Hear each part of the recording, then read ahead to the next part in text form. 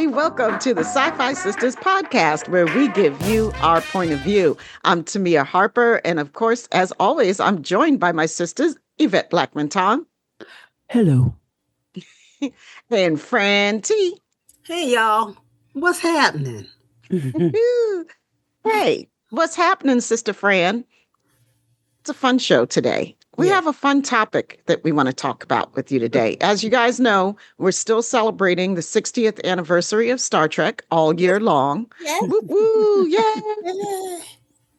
So today we have a cool topic brought to us by Sister Yvette that we all thought was really fun, because when you think about it, sometimes this shit is kind of true. The topic today, boys and girls, is those petty ass captains. Those moments when your captain just be so petty and you be like, really? Really? Yeah, sometimes our captains can be petty. Sometimes our captains are paragons of virtue and honor. And some captains, like, I can't find a petty moment for. Like, it doesn't exist, right? Not in the canon that we've been given thus far, you know? Right. But Sister Yvette, since this was you had the seed of this idea and brought it to us, can you expound upon it for us most eloquently? I don't know about eloquently, but okay.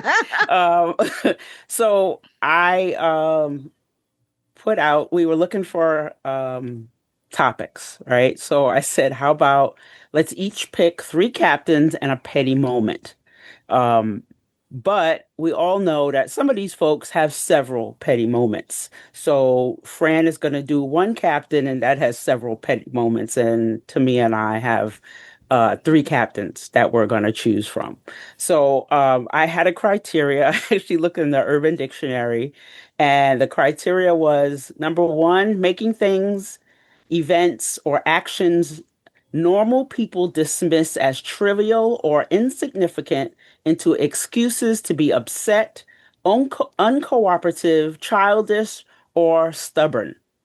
Number 2, a person who habitually overreacts. Number 3, a person who is purposely, geez, I can't speak today.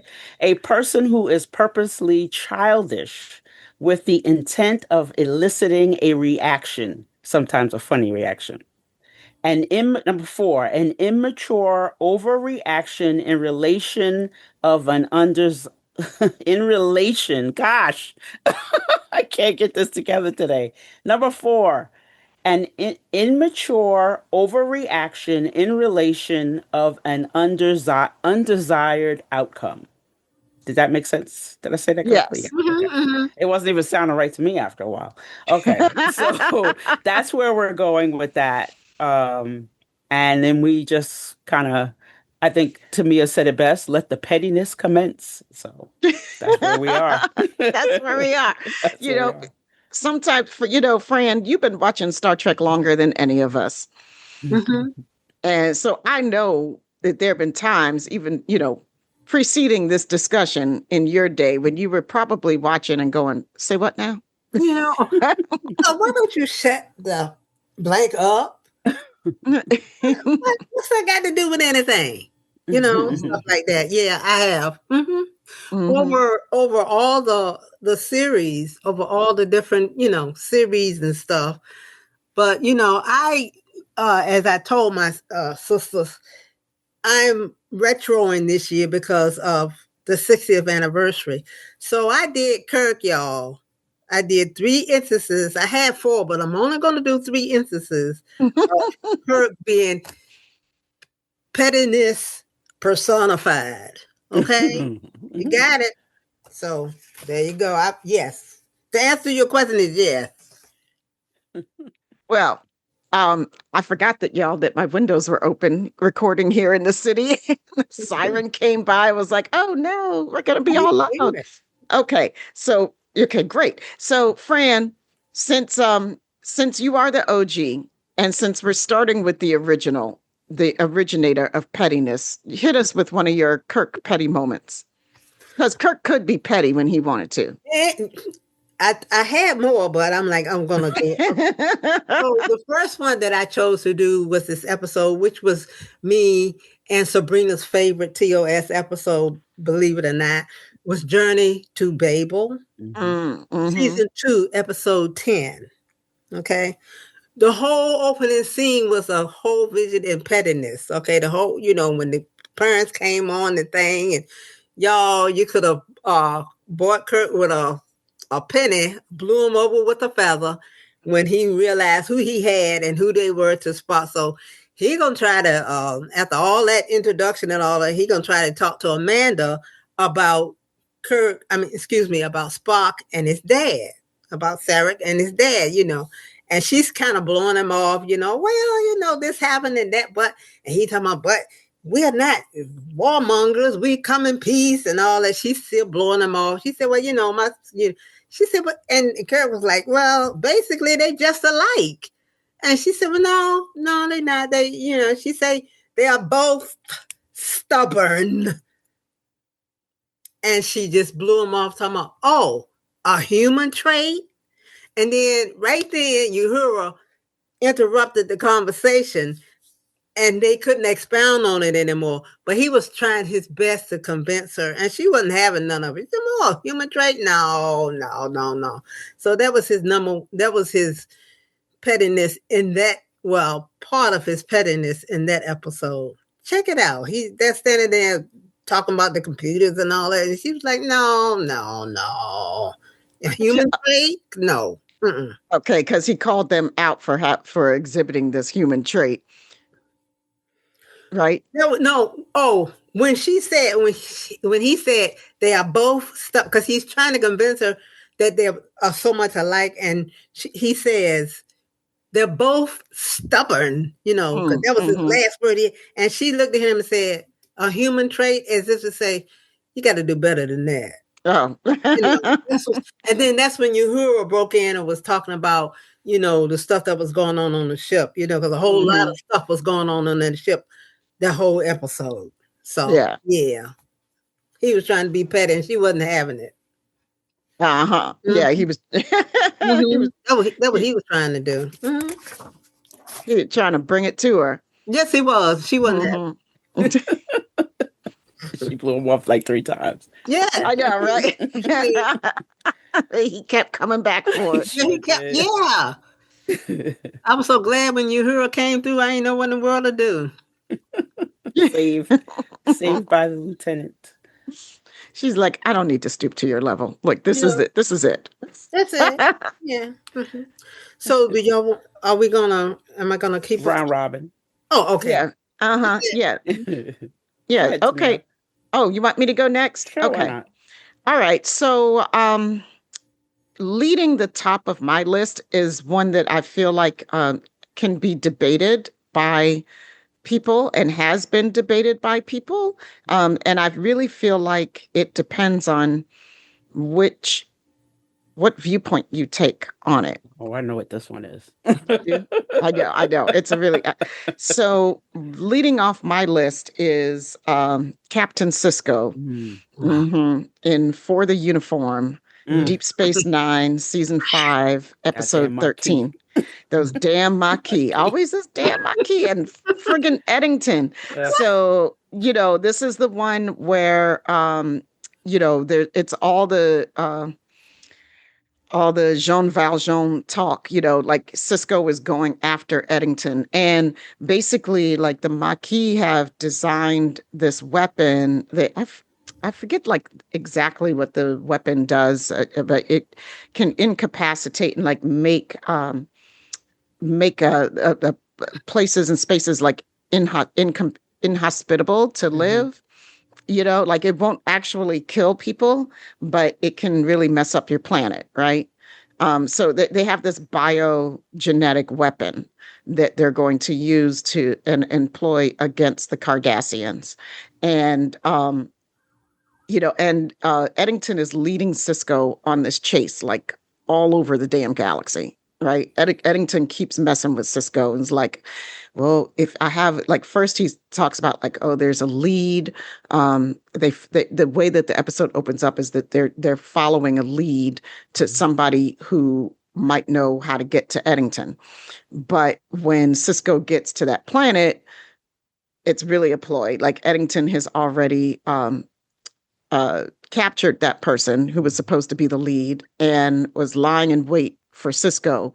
And then he's stringing him along on all of his various events. And Cisco is one step behind the entire episode, and it's getting under his skin is not even is such an understatement that is getting under his skin. And basically, Eddington is beating Cisco at this game rather thoroughly and soundly, right? He's beating his ass. Yes.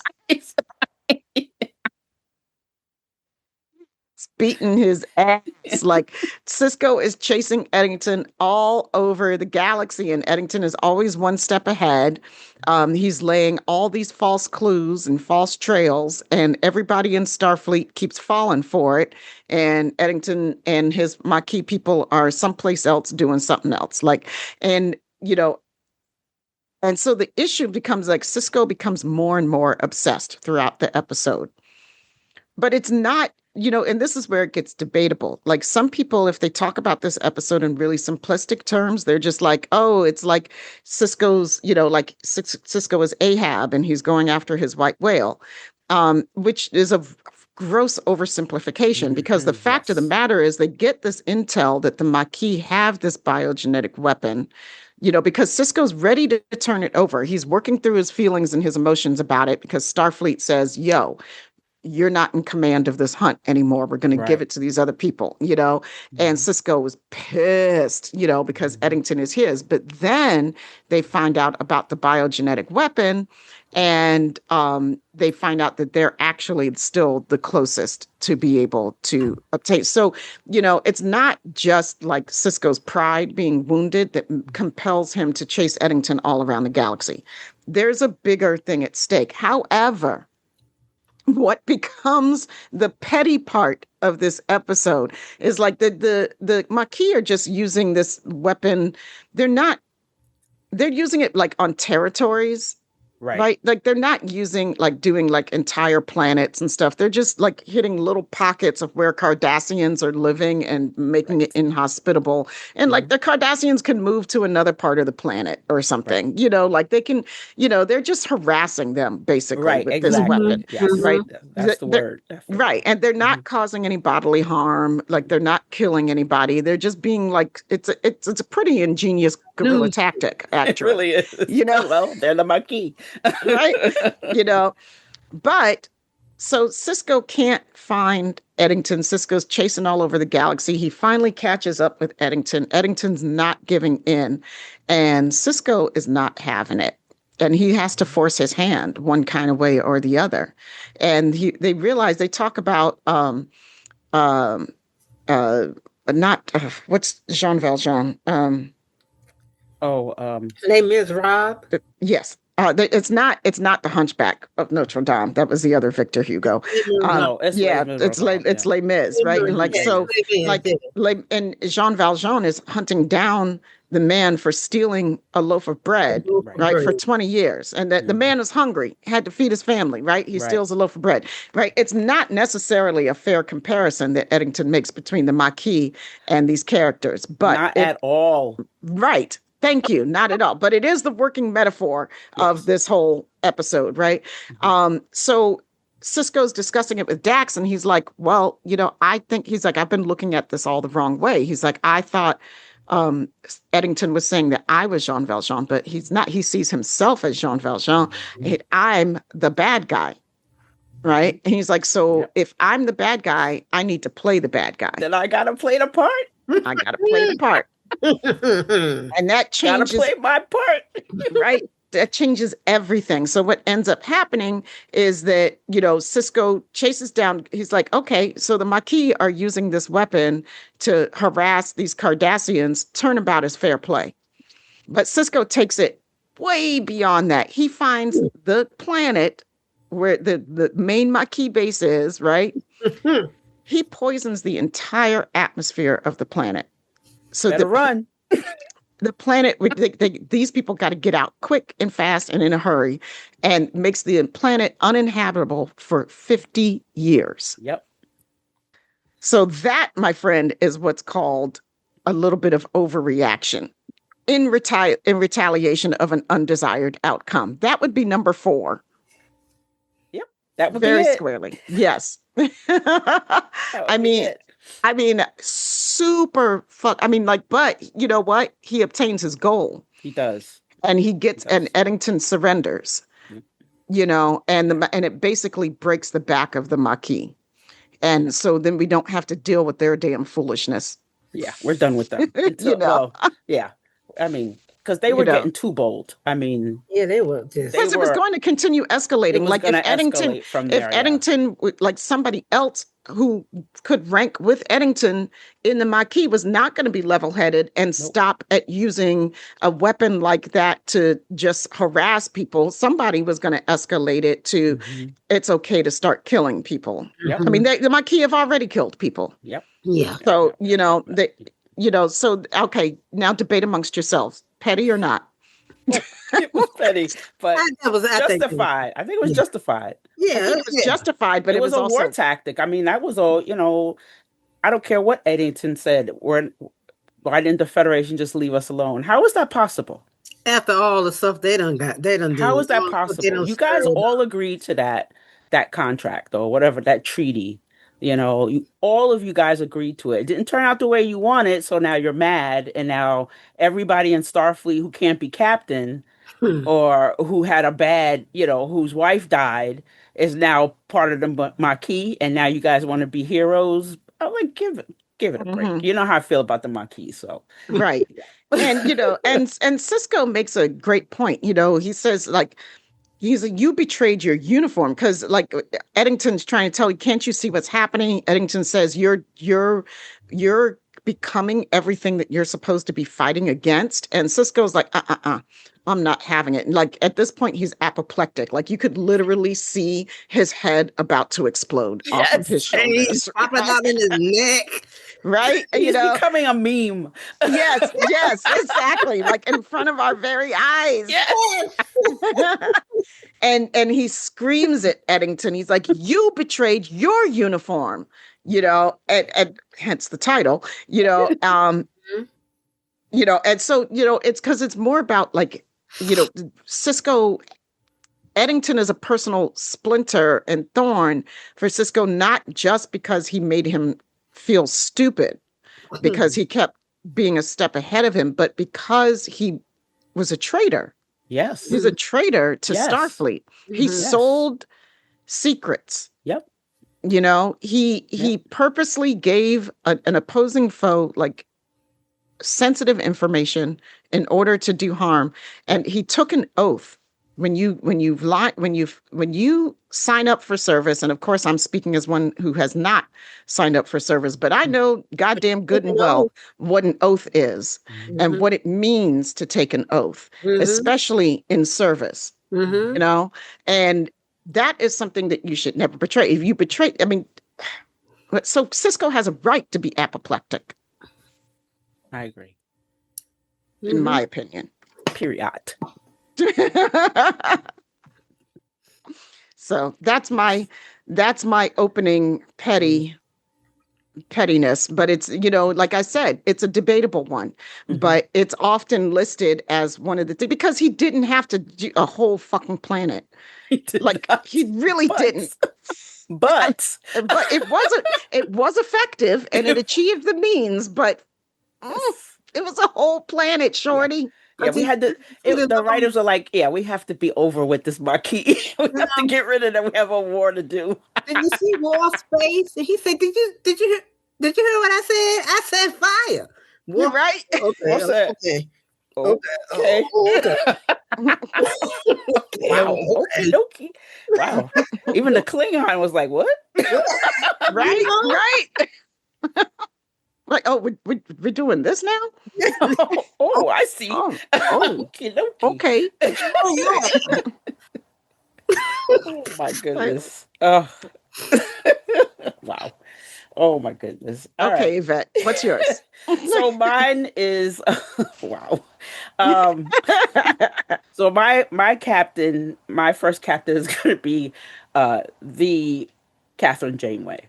Mm. Okay. So Catherine is petty in many ways, but when it comes to time, she is extremely petty.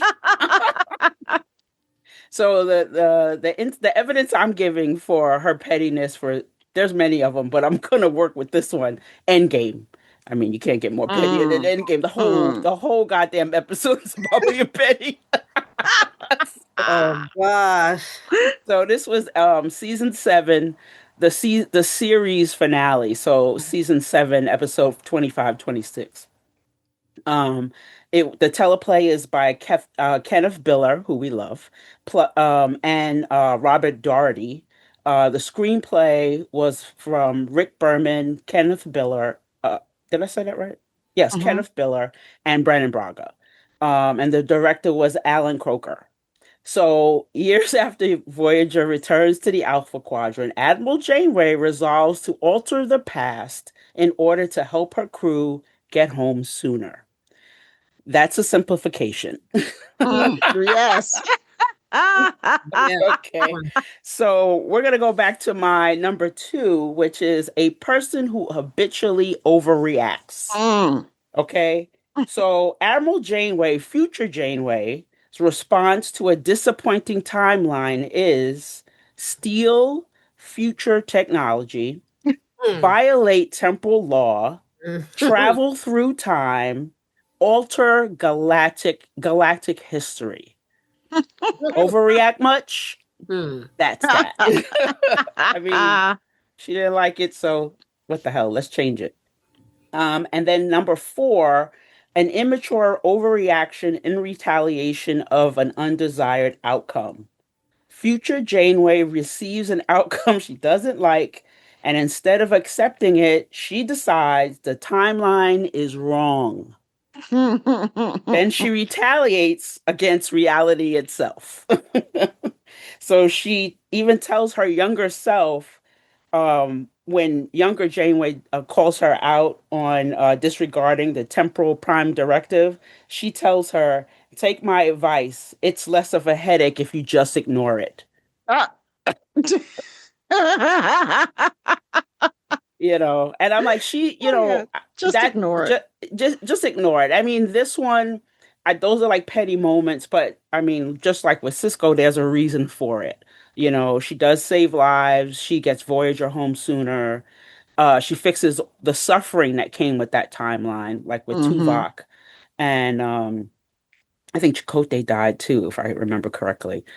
She is right, but that's not the question. The question is, did Janeway receive an outcome she disliked and then Mm-hmm. react by rewriting history? The answer is yes. So that was my first one. Oh, that's a good one. That was Yeah. such a good episode too. Is Hmm. such a good episode. Like I remember like asking myself all those questions because it brings up like, see, this is why I like this topic. I had a difficult time narrowing down, some of my choices because, when you're thinking about like, oh, is something petty on the surface, it can very much be petty on the surface, but when you scratch underneath the surface, a lot of times there's a really good reason why somebody behaved the way that they Exactly. did. And other times it's just friggin' petty. Like, Yeah. I mean, just straight up, Just straight up. yeah, straight up. But this one, like, that Janeway had good cause for doing what she did, but it does meet the definition, like you said, Yes, ma'am. because she Yes, didn't ma'am. she simply like could not live with the results of what happened. And a lot of that was like live with her responsibility for that, you Yeah. know, Yeah, for yeah. for all the misery that was caused. She And caused. she was tired of the temporal mechanics, Oh, just she, just on principle. yeah, she done with them folks. Yeah, she didn't want nothing to do with that nonsense in the first place. So Mm-hmm. Mm-hmm. What do you think, Fran? You're muted. Excuse me. I agree. I think it was all four of them. I think she did. I think she did. I think she did it. Yeah. I totally agree. But for the reason she did it, it was okay. The outcome was okay. Mm-hmm. But it was Yeah. still petty. Oh yeah. Mm-hmm. Yeah. It was definitely petty. It was still petty. Definitely, yep. Oh, yeah. Yeah. Definitely. Petty as hell. Yeah. That's a good one, Yvette, because I Thank was you. like scouring, like I really wanted to get a Janeway one in, but I knew you had one, but Mm. it's still, I was looking at it, I was like, okay, you know what? I'm gonna just leave it to Yvette. She's gonna come up with a good one. Jane. There's a lot of other ones, I but that know. was a whole episode of it. So Yeah. that's why I How used about that one. Kill the Wife? How about Oh Kill? yes, right, exactly. Which one? Yeah, With that one. delete the wife.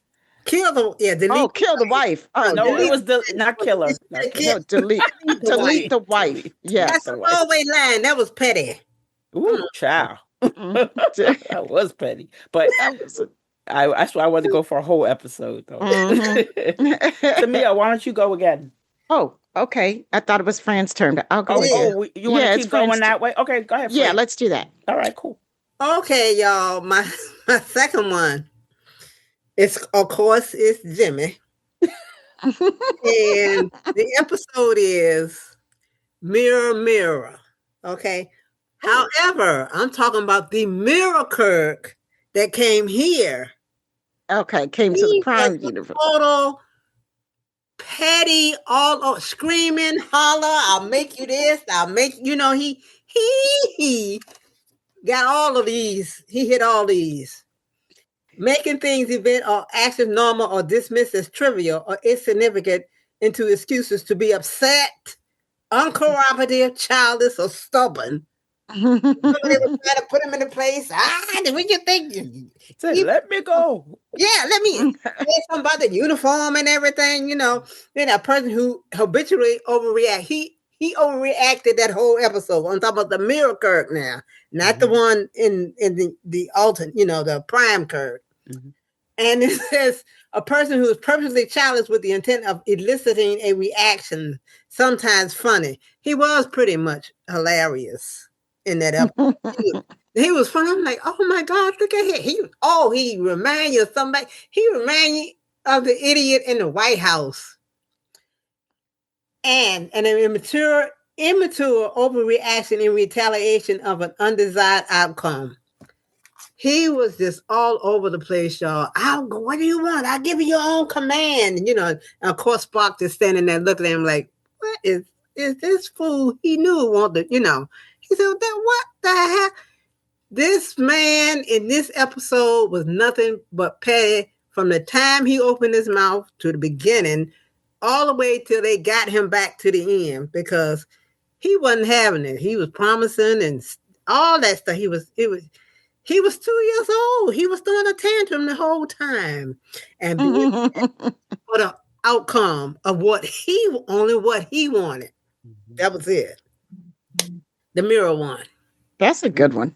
I mean, the mirror universe is petty. It is. Entirely. That was our first they are. example of it.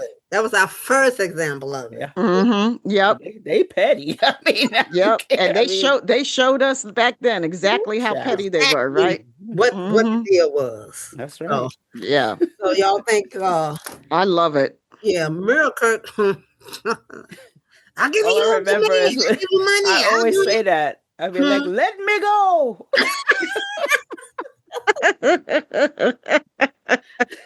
Oh my goodness. And they threw us behind in that cell, and all other three cells. Well, he acting better enough for all of us. We ain't gonna say nothing.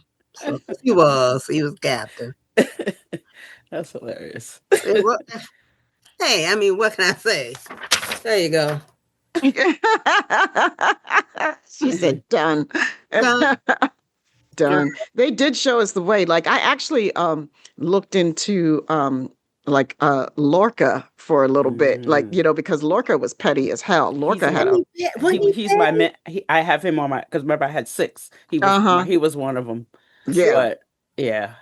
The miracles, Yep. Oof. The mirror universe folks, they be petty, petty, petty. That's their whole life is being petty. Petty. That's what Exactly. they are. Yeah. Exactly. They're like a reality TV show. It's just They are petty as shit. Just like one petty sling after another. The Kardashians there are the Kardashians.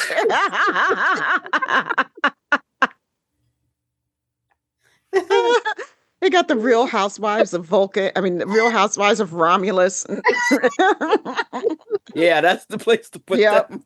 Real Housewives. Then they have the other one that's on Cardassia. Real Housewives of Cardassia. They're all arguing back and forth with each other who has the best Real Housewives show. Oh my goodness. Yikes. And then Bajor's really made it when they did the Real Housewives of Bajor.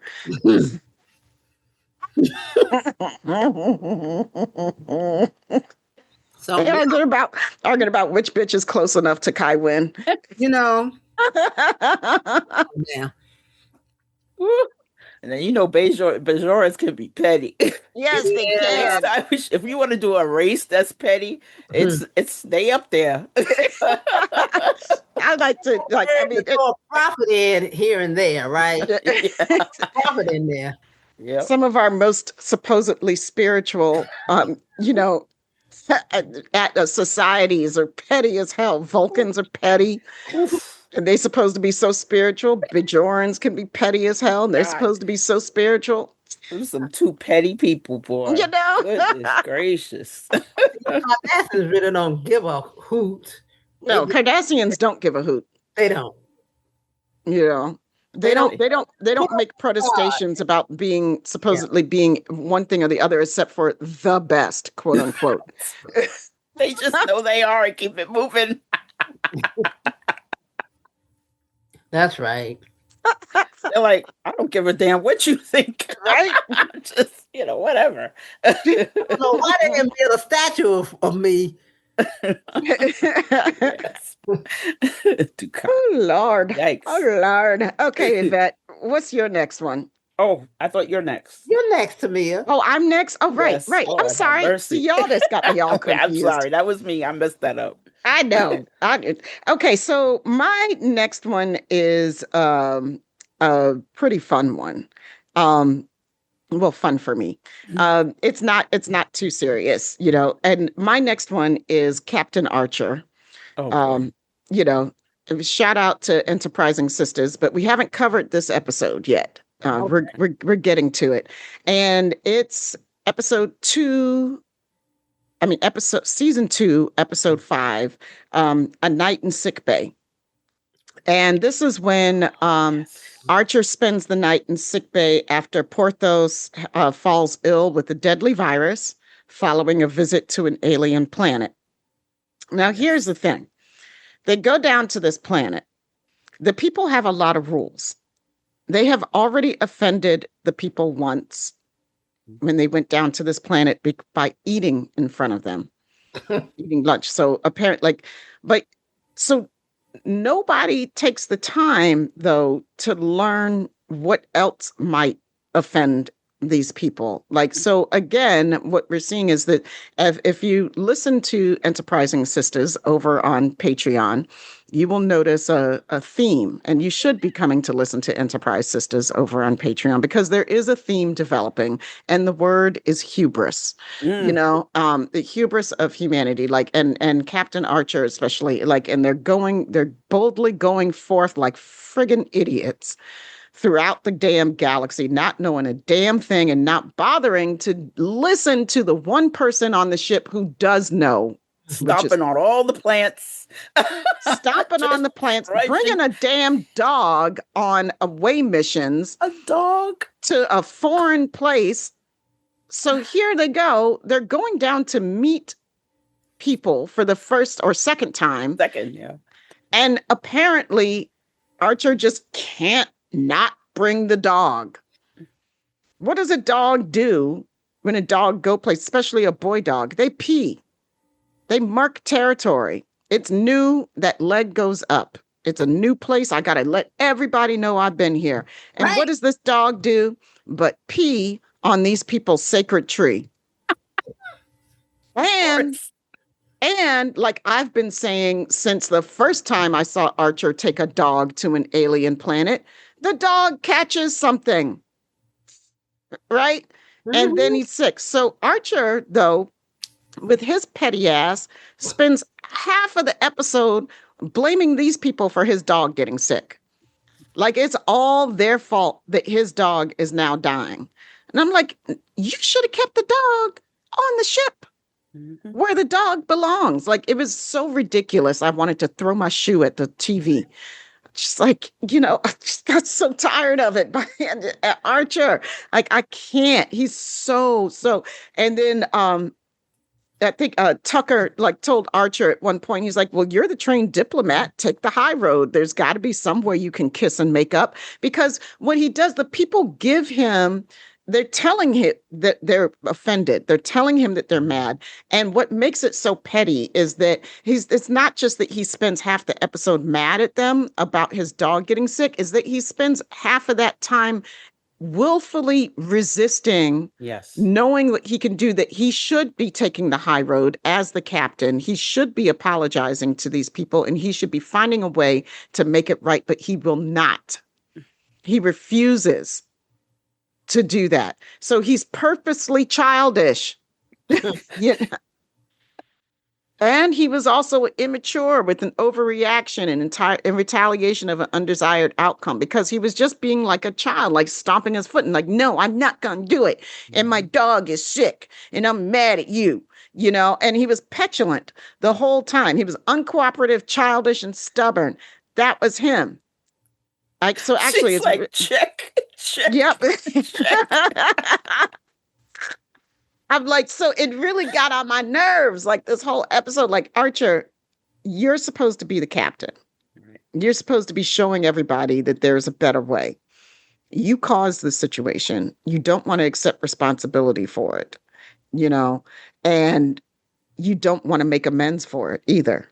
And when the people have told you what would get, and then you want to be on your high horse. Well, they have they had the engine stuff that they needed for the engine. They actually needed stuff from them. Yeah, they needed stuff. And he's like, well, they're just sitting on it and they're not giving it to us. I mean, just like a little kid, the entire episode until like the very end. Finally, he got, and then they sprinkle in this is one of those episodes where they sprinkle in like gratuitous sexuality, like, like trying to make use of, the females, scantily clad females, and they have them in the decon chamber, greasing each other up. And then they're supposed to be like, basically Archer's been out in space so long that, he's getting sexually frustrated. Dr. Phlox assumes, and there's supposed to be some attraction between Archer and T'Pol, which T'Pol promptly squashes, She's like, yeah, like, and but basically, and I'm like, it's so obvious that men wrote this, it's so obvious. Like, oh, I've been away. Oh, it was a little bit ridiculous, that little subplot. I could have gone without it, but anyway, we'll talk about that on Enterprising Sisters when we reach season 2. We will. We will. More to come, but. As for the pettiness, this was a pretty prime petty example. Yeah. That was good. That was a good one. I forgot about that episode. That was very petty. Yes. There was many petty moments for that man. We're human. Many petty moments for that man. Yes. So I'll go to mine. Captain Jean-Luc Picard. Because I love him so much. I know. I was about to say that's your favorite. Okay. And it's his petty. He's petty towards the kids, with the children. He is. And my evidence is not actually an episode, but a scene from an episode. Captain Picard Day. So this is from the Pegasus, season 7, episode 12, written by Ronald D. Moore and directed by LeVar Burton. So, at this point in this scene, we start off in this scene. So at this point in this episode, nothing bad has happened, right? There's no crisis, there's no villains, there's no anomalies. Children have made crafts because they love their captain. Mhm. Picard is treating this annual event completely harmless expression of affection like a diplomatic incident. Yeah, like he's been aggrieved. Like they did something to him. Right. And what I say to this, I was saying, like Captain Picard, they didn't happen to him. They're actually having it for him because they like him. But Yes. he just doesn't get it. Right. He just does not get it. So making something trivial into something significant. The children made a banner. Picard acts like it's an attack on his dignity. He is miserable. You hear me? Miserable. So, number 3, childish reaction. The irony. The irony. Yes. Irony. He even threatens Riker when he makes a comment that he's going to make him have Commander Riker Day. I'm like, wait, what? You're threatening so he can have insane, just insane. And number 4, overreaction to an undesired outcome. The undesired outcome. There is a day celebrating him. That is just all it is. Yeah, it's not happening to him. Like they're not doing anything but telling him, "We love you, Captain." And he's like, "What are we doing here? How could this be?" So I had to put that in there because my goodness. I'm so glad you did. Man. Him and children, it's like, oh gosh. Man. I mean, that part alone, he's always had this issue with them, especially like in that first season, the way he goes after Wesley is insane. Yes. It is really horrible. Yes. I mean, and then in season 7, he's still having these issues. And I'm like, yeah, get over yourself. I am so happy that you did Picard and the kids too, because because you did it. I was thinking about it, I was thinking about it and I just couldn't narrow it down. And I was like, because there were too many incidents of him just being a dick to kids, to children, and about children. I'm like, no reason. Kids aren't everybody's cup of tea. That's fine, but like he was. I'm sorry. That's okay. They call in Picard. They explained he gave the reasons why he was the way he acted toward children. They explained it. Why he acted like a dick towards kids? Yeah. They did. Because they're, and I can't be specific about it, but he gave 3 reasons why he wasn't too crazy.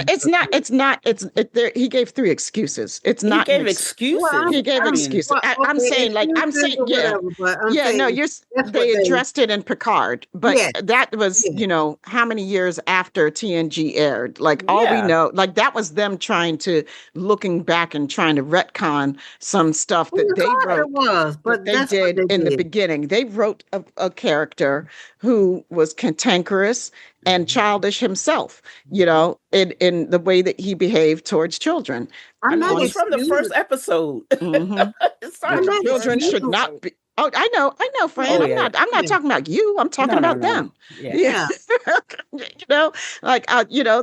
That's what they did. Like, so they tried to address it in Picard. They a little late because it's already 30 years of it being deeply embedded in his character. Right. And to say that they addressed it in Picard, but then you wrote Beverly as someone who kept his kid away from him because she thought like we thought. Like kids. Yeah, he's not right. I'm like, wait, what? You said you never wanted a family. You never wanted kids. Right. So, and what can I tell you? Yeah. That's what I put. Petty as hell. Petty as hell. Petty as hell. Like it's a sad existence if children are giving you a gift, and I don't care how heinous it looks, that you cannot appreciate that a child is trying to say that they love you. Yeah, they took the time to do that for you. Right. And it's an annual event. He already says, why do they always have to do this? And I'm like, wait, you haven't gotten over this yet? Right. It's season 7, bro. Come on now. So yeah, that's some petty shit right there. That is some petty shit right there. Go ahead, Fran. Come on, Franny T. Okay, my last one with Jimmy is The Enemy Within, season 1, episode 5. That was when they had the first transporter malfunction, and he was split into 2 people. Oh, right. One meek and mild and indecisive, the other one aggressive and just mean. The aggressive mean one was really petty because he went on the shouting thing that when Captain Kirk, the other Captain Kirk said it's an imposter aboard, so I am the captain of this ship. I am the captain. On the tantrum, he was 1.5 in Walmart in the toy section. Okay. I am the captain of this ship. And he did it twice. He did it then when he found out that he was who he was. And then near the end, when he was on the bridge, when they had both of them on the bridge, right? I am the captain of this ship. You can't kill me. And he was calling and screaming, they had him. Because what's name did went on and shut him up. He did the Vulcan pinch on him and just shut him up. Because he was, and because he was being petty about who he was and you can't kill me. Spock didn't do it on the bridge, but he did it when they first caught up with him. But he was, oh my gosh, he was all over the place. He was trying to get Yeoman Rand, thank you. The blonde-headed checkerboard lady. And he tried, he said, that was my other, trying to talk all smooth. That was my other one. I'm the real one. I like to come to your quarters later on and explain to you what happened. How petty can you be? Get in that lady's pants. I'll come to your quarters. She was like, yes, sir. But he was so petty. The aggressive, mean one was the petty one. The other one wasn't even there long enough to realize he could be. He didn't even know what petty was. He was just he was just there. So, and that I'm like, oh gosh, this is something else. However, in the same episode, y'all, you gotta remember, you gotta think back. I have an honorable mention, and it's not the captain. In fact, this guy's name is John Chambers. He was a special makeup effects or designer. He created that dog, that monstrosity of a dog. Oh, the alien dog, the one that looked like, come on, split in half. Yeah, the dog that was split in half. That was the epitome of pettiness, y'all. Epitome. It was they said the epitome, like, you remind me of that skit. Never mind. I'm sorry. It was the joke. Okay. He was that monstrosity of a dog, had to be pettiness. He said, I'm gonna try to make this thing as ugly and unbelievable as I can. They won't ask me to make no more animals. I'm sure they didn't. I am positive that they didn't give him that assignment anymore. Oh my goodness. I forgot about that horrible. I had to look it up and say, I'm like, who created this dog?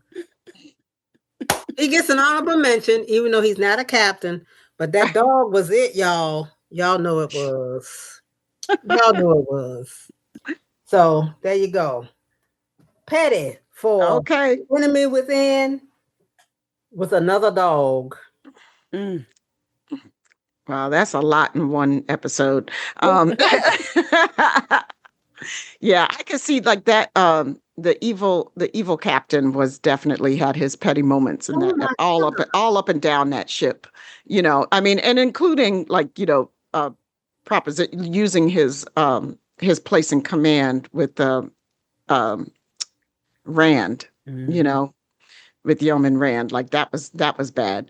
But yeah, that was I remember that episode getting on my nerves. Because uncomfortable. Because he was so petty and so wrong. He was. Yeah, he was wrong that whole episode. Yeah, because I mean that was half of him, so that was really Yeah, him. yeah. Yeah. You know, Like, so it was there, right? Yeah, yeah. Exactly. Shatner played the hell out of that part, though. He Yeah, did. he did. Yeah, he Both did. parts. He sure Both did. parts. Yep, And I said epitome, right? you Yep, did. you said. You said epitome, and it took me a minute to get the joke. Like, it took me a minute to catch up to you. I was Yeah. like, oh, I had forgotten about that. You dug in the crates for that one. You sure The did. perfect idea, of highest possible example of a specific quality or thing. Mm-hmm. Did It not go acts get as that the meat. ultimate representation of a concept. Oh, the worst thing that you could make and be petty was that dog. Because he said, you ain't going to ask me no more. Right? Now, one more You ain't ask time. me to do this no more. Here you go, take it. Here you go, made two of them because you know it died. You know they tried to put it back together and it died. So Oh, goodness. Okay, I'm moving on from the Yes, dog because I please. feel bad about the dog. Now I feel bad. I know, right? Go ahead, go Right. ahead. Okay, well, my final petty captain that I want to talk about is my girl, Captain Freeman Ooh, child. from Lower Decks. girl. Now, our girl's she full of some petty. Ooh, child. Oh, Yeah, I love me some I love her. I love her to death. Captain Freeman for it. But she's always looking at somebody like, okay, fine, you think Cerritos ain't shit, you think Cali Class ain't shit, but I'ma show you. And then she does some crazy shit, and it's like, That's right. oh, Got me. Freeman, oh, Freeman, please stop. But so this episode that I want to talk about is Lower Decks season 1, episode 4, when we're all getting still getting to know each other. Moist Vessel. Yes. Moist Vessel. I love this episode. It's hilarious. And so this is Captain Freeman seeks the ultimate payback after Mariner blatantly disrespects her in front of the crew. A well-meaning Tendi accidentally messes up a lieutenant's attempt at spiritual ascension and tries to make it right. So there's pettiness like literally all over this episode. And not just from Freeman, but from like everybody, like from the ship captain on there. He's petty as hell. Like how he treats the Cerritos and what their role on their mission is. Like he acts petty. He's like, I'm the captain. I'm the lead captain, and this is and he's the one who causes all the trouble, right? But Freeman is super petty because Mariner is just being Mariner to the nth degree. Mariner's being completely disrespectful all over the place. And, at this point, nobody knows that Freeman is Mariner's mom, right? But Mariner's really pushing that line, pushing her and like yawning and being disrespectful. Right. And this is the episode that has the sarcastic Vulcan salutes. This is where we get that from. Don't you give me that sarcastic Vulcan salute. So Freeman figures out that like, okay, what's his name? Her number one. Ransom. She and Ransom are talking and they're like, how are we going to get her? Because first they're like, let's give her all the crappy jobs. And they're like, let's force her to seek a transfer.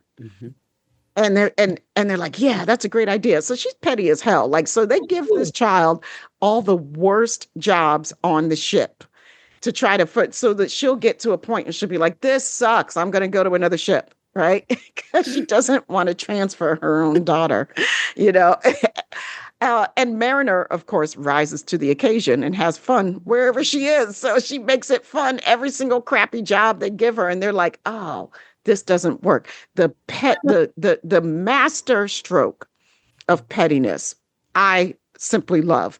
They decide to promote Mariner. Give her responsibility, all the responsibility and tedium that comes from a promotion. And that was the best petty masterstroke ever. Man. It was good too. God.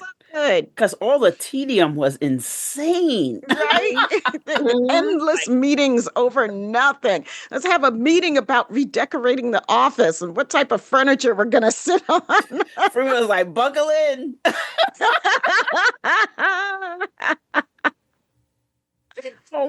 goodness, the poker game was the best. Yeah, and she says, and when she promotes Mariner, she says, "Looking forward to serving with you for a long, long time." Oof, gosh. Petty. Man.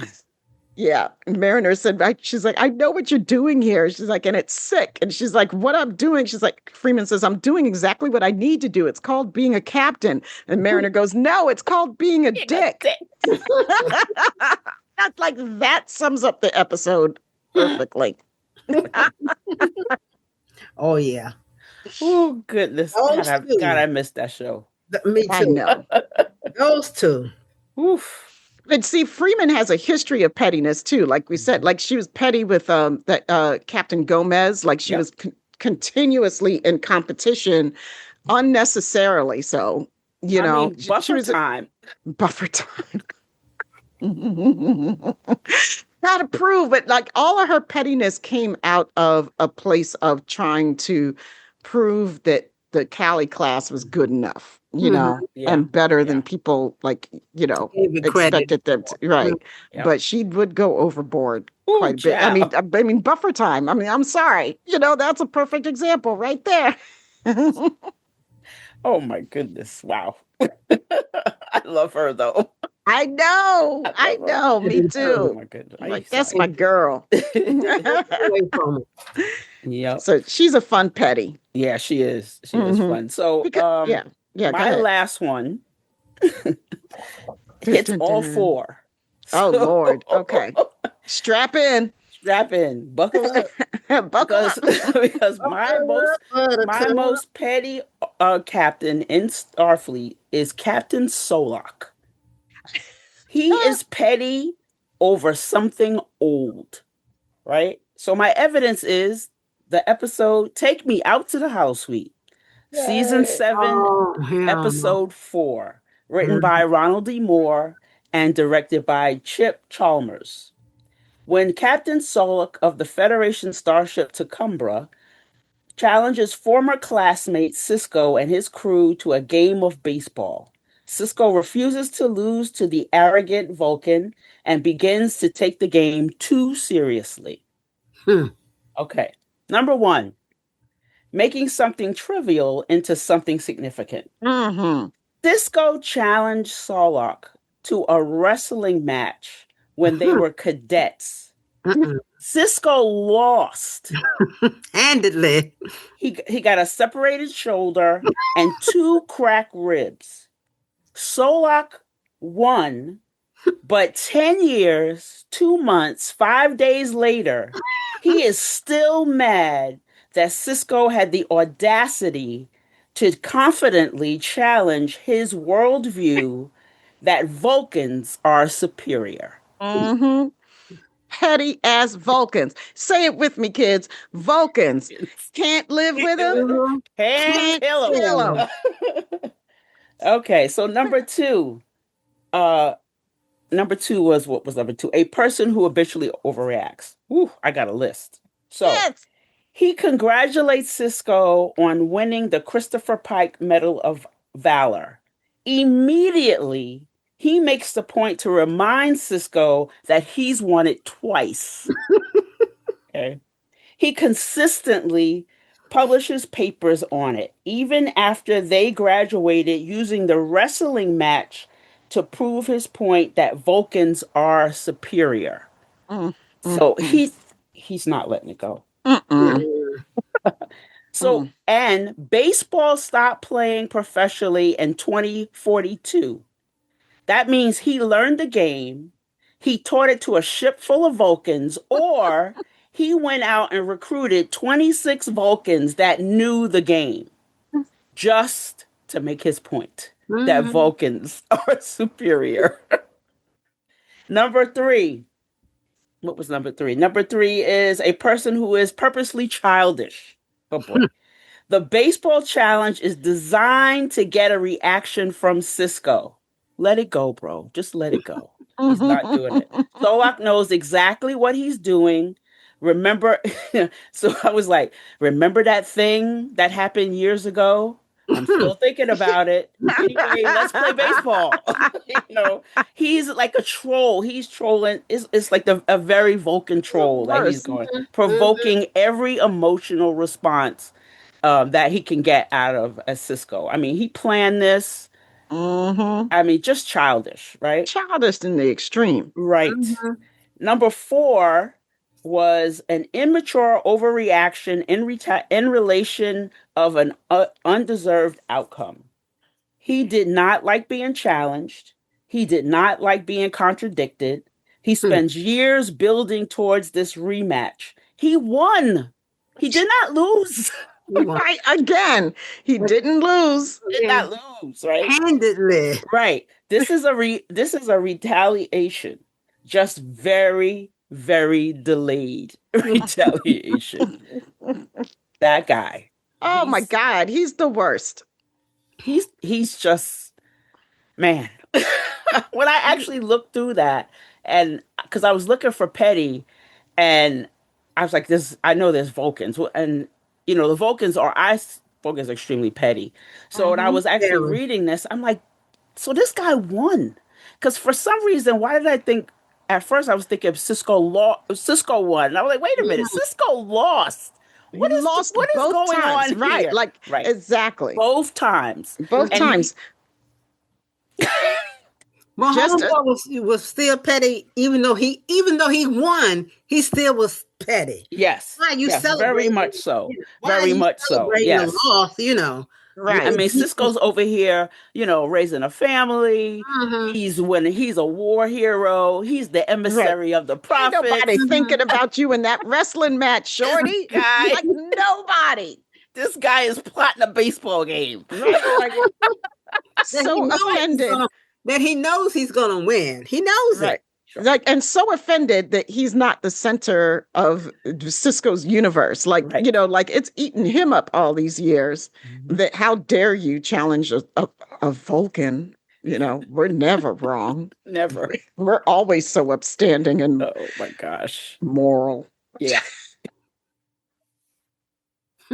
Oh my God, yes. To me, he takes the cake. Yeah. Yeah. Like absolutely. Like the worst. He's the worst. He's the worst of the Vulcans, one of the worst of the Vulcans, and just like the worst at the petty. Yeah. Got it down pat. Yeah. Yeah, he wins. He wins. Winner. Winner. Well, that's our list of some of the petty episodes, the petty captains. I'm sure everybody out there can do a whole long list of their own. There's plenty of moments to pull from.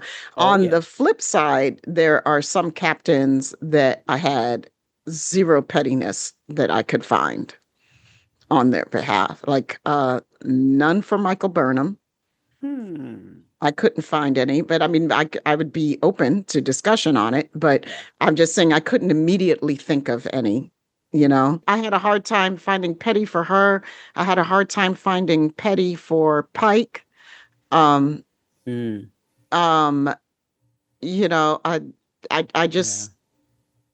just couldn't. I mean, at least from for Pike. At least from what we have been given thus far. Yeah. So, this was fun. This was a fun discussion, and I thoroughly enjoyed it. And I hope everybody out there listening enjoyed it too, because, it's a joy to be able to celebrate the franchise that we love so much, especially in so many ways, right? Especially in its 60th year.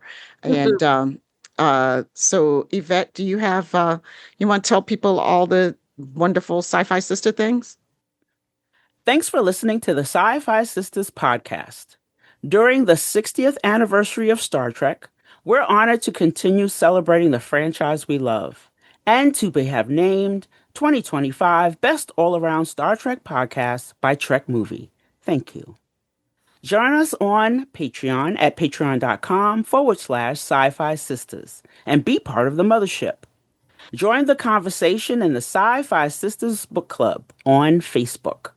Watch our interviews, live shows, and our infamous Top 10 series on YouTube. Sci-Fi Sisters, Inc. The Trek Geeks Network's presenting sponsor is Fansets. Grab pins and memorabilia from your favorite franchises at fansets.com and use the code TrekGeeks, all caps, for 10% off. After listening to this episode, please rate it, and write a review. We may just read it on an upcoming episode. And of course, we got to thank the baddest associate producers in any and all known galaxies who are not at all petty. Thank you, Sailor Marge, Karen Dramera, and Stephanie Baker. We love you and we appreciate all the work you do on our behalf. And that's it for us, kids. We're going to get out of here and go back to our petty ass lives and have some fun. Thanks for listening and see you next time. Peace, love, and hair grease.